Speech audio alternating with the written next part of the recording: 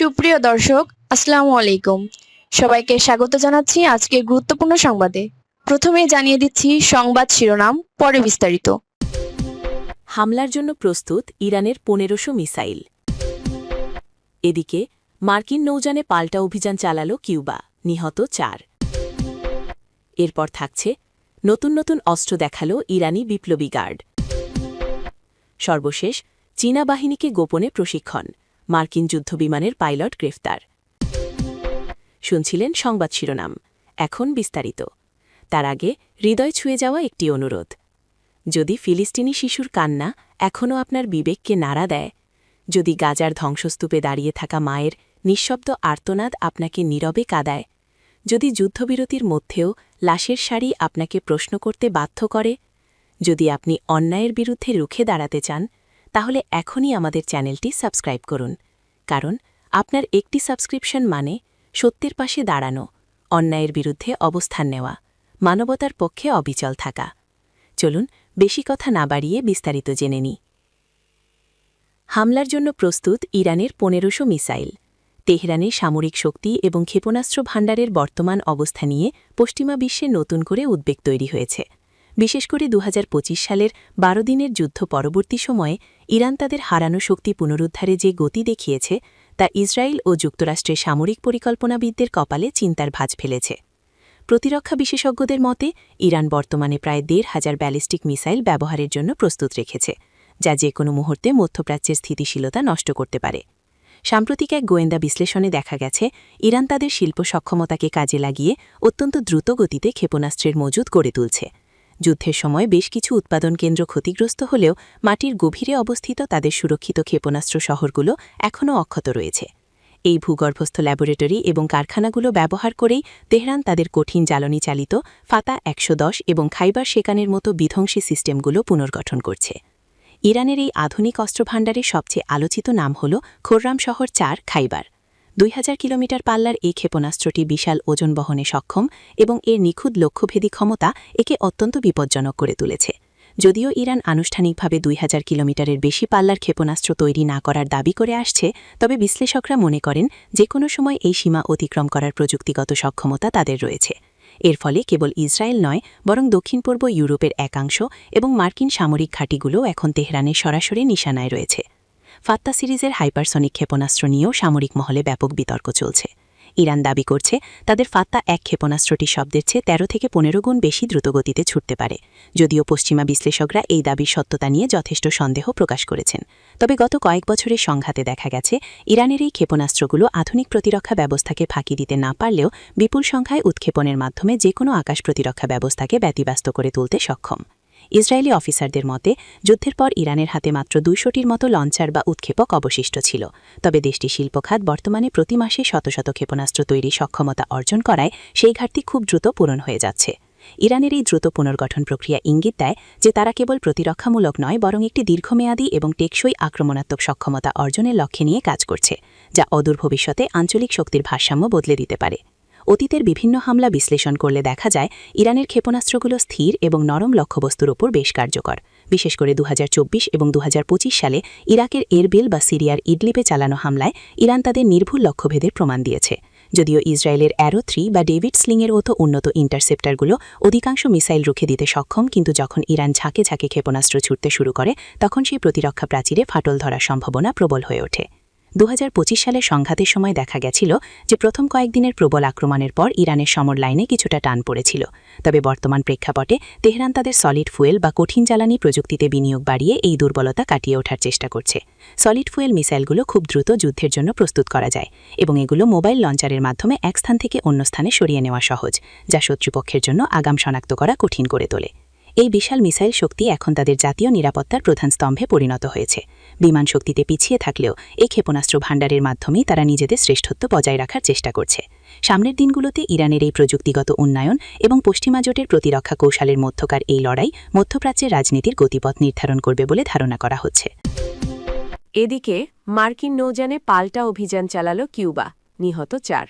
সংবাদ মাধ্যমের প্রতিবেদন থেকে জানা গেছে, নিজেদের জলসীমায় ঢুকে পড়া যুক্তরাষ্ট্রের ফ্লোরিডা নিবন্ধিত একটি স্পিডবোট থেকে কিউবার নিরাপত্তা বাহিনীর ওপর গুলি চালানো হলে এই পাল্টা অভিযান চালানো হয়। এতে নৌকাটিতে থাকা 4 জন নিহত হন। এ ঘটনায় এক কিউবান কর্মকর্তাসহ আরও 6 জন আহত হয়েছেন। বুধবার এক বিবৃতিতে কিউবার স্বরাষ্ট্র মন্ত্রণালয় জানায়, ঘটনাটি ঘটে দেশটির উত্তর উপকূলের কাছে কায়ো ফালকোনেজের উত্তর-পূর্বে প্রায় 1 মাইল দূরে। গোলাগুলির সময় নৌকাটি কিউবার জলসীমার ভেতরে অবস্থান করছিল বলেও দাবি করা হয়। মন্ত্রণালয় জানায়, অভিযানে জড়িত স্পিডবোটটির নিবন্ধন নম্বর তাদের কাছে রয়েছে, তবে নৌকাটিতে থাকা ব্যক্তিদের পরিচয় সম্পর্কে বিস্তারিত তথ্য প্রকাশ করা হয়নি। পরে কিউবান কর্তৃপক্ষ দাবি করে, ওই নৌকাটিতে যুক্তরাষ্ট্রে বসবাসকারী কিউবানরা ছিলেন, যারা কিউবায় অনুপ্রবেশ করে সন্ত্রাসী কর্মকাণ্ড চালানোর চেষ্টা করছিলেন। যুক্তরাষ্ট্রের প্রতিক্রিয়া। এ ঘটনার পর যুক্তরাষ্ট্র জানিয়েছে তারা বিষয়টি তাদের নিজেদের মতো করে যাচাই করবে। যুক্তরাষ্ট্রের পররাষ্ট্রমন্ত্রী মার্কো রুবিও সাংবাদিকদের বলেন, এটি কোনো মার্কিন সরকারি অভিযান ছিল না এবং এতে যুক্তরাষ্ট্র সরকারের কেউ জড়িত ছিলেন না। নৌকাটিতে থাকা ব্যক্তিরা মার্কিন নাগরিক বা স্থায়ী বাসিন্দা ছিলেন কিনা সে বিষয়টি খতিয়ে দেখা হচ্ছে। রুবিও আরও বলেন, খোলা সমুদ্রে এ ধরনের গোলাগুলি খুবই অস্বাভাবিক, এটা প্রতিদিন ঘটে না। এছাড়া যুক্তরাষ্ট্রের ভাইস প্রেসিডেন্ট জেডি ভ্যান্স জানান, হোয়াইট হাউস পুরো পরিস্থিতি পর্যবেক্ষণ করছে। আমরা চাই এটা যেন আমাদের আশঙ্কার মতো গুরুতর না হয়। এ ঘটনার প্রেক্ষিতে ফ্লোরিডা অঙ্গরাজ্যের অ্যাটর্নি জেনারেল জেমস উডমেয়ার জানিয়েছেন, ফেডারেল অঙ্গরাজ্য ও আইনশৃঙ্খলা বাহিনীর অংশীদারদের সঙ্গে সমন্বয় করে ঘটনাটি তদন্ত শুরু করতে তিনি স্টেট ওয়াইড প্রসিকিউশন অফিসকে নির্দেশ দিয়েছেন। এই ঘটনাটি কিউবা যুক্তরাষ্ট্র সম্পর্কের প্রেক্ষাপটে নতুন করে উত্তেজনা তৈরি করতে পারে বলে মনে করা হচ্ছে। এরপর থাকছে নতুন নতুন অস্ত্র দেখালো ইরানি বিপ্লবী গার্ড।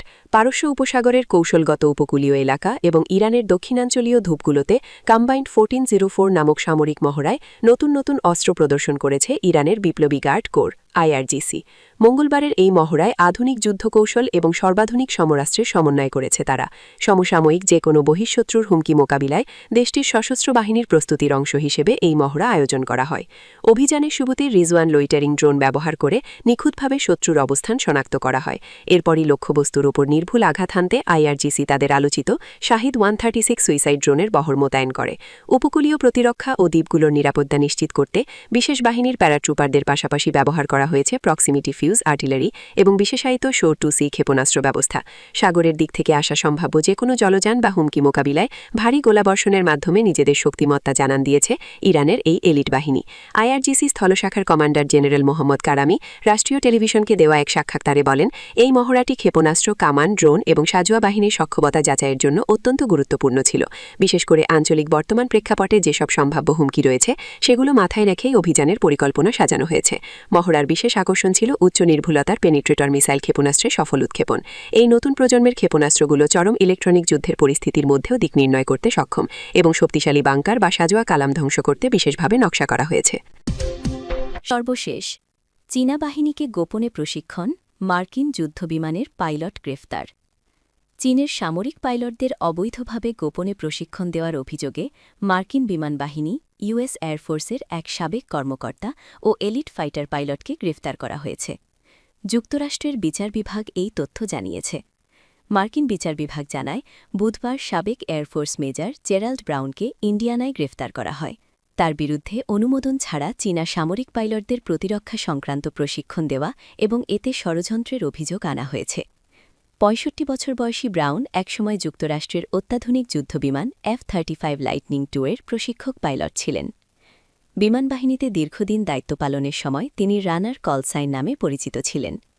মার্কিন তদন্ত সংস্থা FBI এর কাউন্টার ইন্টেলিজেন্স ও এসপিওনাজ ডিভিশনের সহকারী পরিচালক রোমান রোজাবস্কি এক বিবৃতিতে বলেন, ব্রাউন তার দেশের বিরুদ্ধে বিশ্বাসঘাতকতা করেছেন। যাদের সুরক্ষার শপথ তিনি নিয়েছিলেন তাদের বিরুদ্ধেই লড়াই করার জন্য তিনি চীনা পাইলটদের প্রশিক্ষণ দিয়েছেন বলে অভিযোগ রয়েছে। তিনি আরও বলেন, চীনা সরকার যুক্তরাষ্ট্রের বর্তমান ও সাবেক সামরিক সদস্যদের দক্ষতা কাজে লাগিয়ে নিজেদের সামরিক সক্ষমতা আধুনিকায়নের চেষ্টা চালিয়ে যাচ্ছে।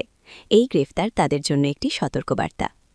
ওয়াশিংটন ডিসি জেলার মার্কিন অ্যাটর্নি জেনিন ফেরেস পিরো বলেন, ব্রাউন এবং যারা আমাদের দেশের বিরুদ্ধে ষড়যন্ত্র করছে তাদের সবাইকে তাদের কর্মকাণ্ডের জন্য জবাবদিহির আওতায় আনা হবে।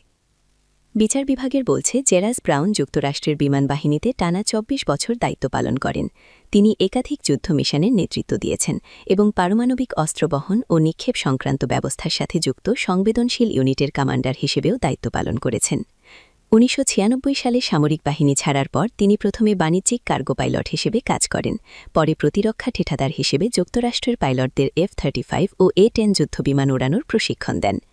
বিচার বিভাগের অভিযোগ অনুযায়ী ব্রাউন 2023 সালের ডিসেম্বর মাসে চীনে যান এবং সেখানে চীনা সামরিক পাইলটদের প্রশিক্ষণ দেওয়া শুরু করেন।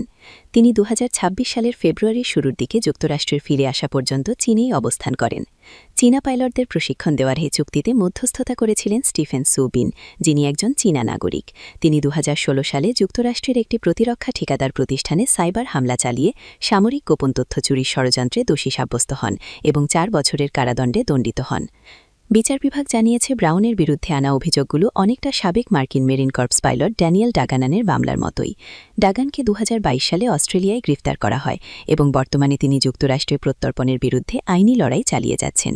তার বিরুদ্ধে অভিযোগ তিনি চীনা সশস্ত্রবাহিনীকে পাইলট প্রশিক্ষণ দিয়েছিলেন। 57 বছর বয়সী ডাগান একজন স্বাভাবিকীকৃত অস্ট্রেলীয় নাগরিক। 2014 সাল থেকে তিনি চীনে বসবাস করছিলেন। 2022 সালে চীন থেকে ফিরে আসার অল্প সময়ের মধ্যেই তাকে গ্রেফতার করে অস্ট্রেলিয়ান পুলিশ।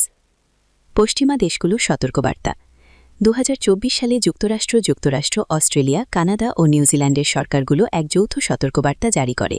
সেখানে বলা হয় চীন সক্রিয়ভাবে তাদের বর্তমান ও সাবেক সামরিক সদস্যদের, এমনকি ন্যাটোভুক্ত দেশগুলো সামরিক কর্মীদেরও নিয়োগের চেষ্টা করছে, যাতে পশ্চিমা সামরিক দক্ষতা কাজে লাগিয়ে নিজেদের সক্ষমতা বাড়ানো যায়। সেই নোটিশে বলা হয় পশ্চিমা সামরিক প্রতিভা থেকে পিপলস লিবারেশন আর্মি PLA যে অভিজ্ঞতা অর্জন করে তার লক্ষ্যবস্তু করা ব্যক্তি, তাদের সহকর্মী, সেনা সদস্য এবং যুক্তরাষ্ট্র ও মিত্র দেশগুলোর নিরাপত্তার জন্য হুমকি সৃষ্টি করে। কোনো বিদেশি সামরিক বাহিনীকে অনুমোদন ছাড়া প্রশিক্ষণ বা বিশেষজ্ঞ সেবা দিলে সংশ্লিষ্ট ব্যক্তিদের সেবাদিনী ও ফৌজদারি শাস্তির মুখোমুখি হতে হবে।